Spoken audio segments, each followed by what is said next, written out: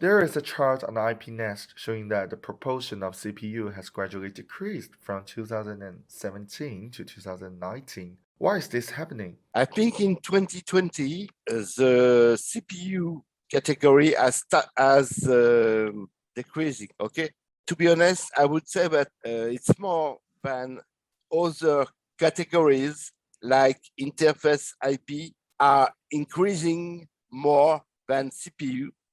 This is an important reason because interface IP is growing very much, if you want, year after year, and represent today $1 billion.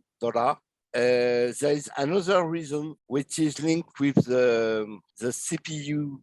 I would say that globally, why interface IP is growing so much, it's because data-centric application like data center, networking, etc., are growing very much. And for this application, usually you don't really buy a CPU IP like you did for smartphone, for example. To develop an application processor for smartphone, you have to buy CPU IP, GPU IP. For data center, it's not centered around ARM, the IP model, but more like around the Intel x86 CPU. So the applications which are growing are not consuming as much IP, CPU IP, as the other application in the past, like smartphone. Is what you just said the reason for the decline of CPU IP in 2017 to 2019?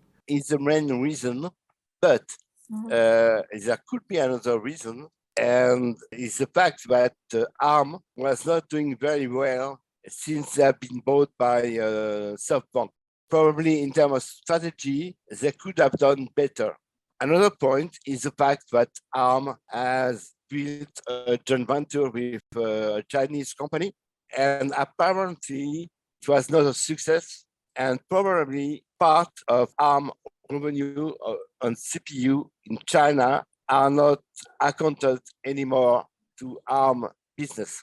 But this is a very difficult topic because we have no precise fact. We have only the fact that ARM did a business and stopped the business 3 years after starting. It can be one of the reasons. I don't say the main reason, but it also can be one reason. Can you predict how the development of the automotive semiconductor industry will affect the IP industry? I think the automotive is an important segment. It will be a good source of IP revenues, but if you compare, it probably will take more time to develop than it was for data center, for example. Let's say if you have to compare the design cycle for automotive with, if you compare with smartphone, smartphone, it's about every year you have to put a new product. Automotive, we know that the design cycle is about 5 to 7 years. So there will be more and more electronic and more IP, but it will take more time. So it may be not impressive at the beginning, but it will be important for sure.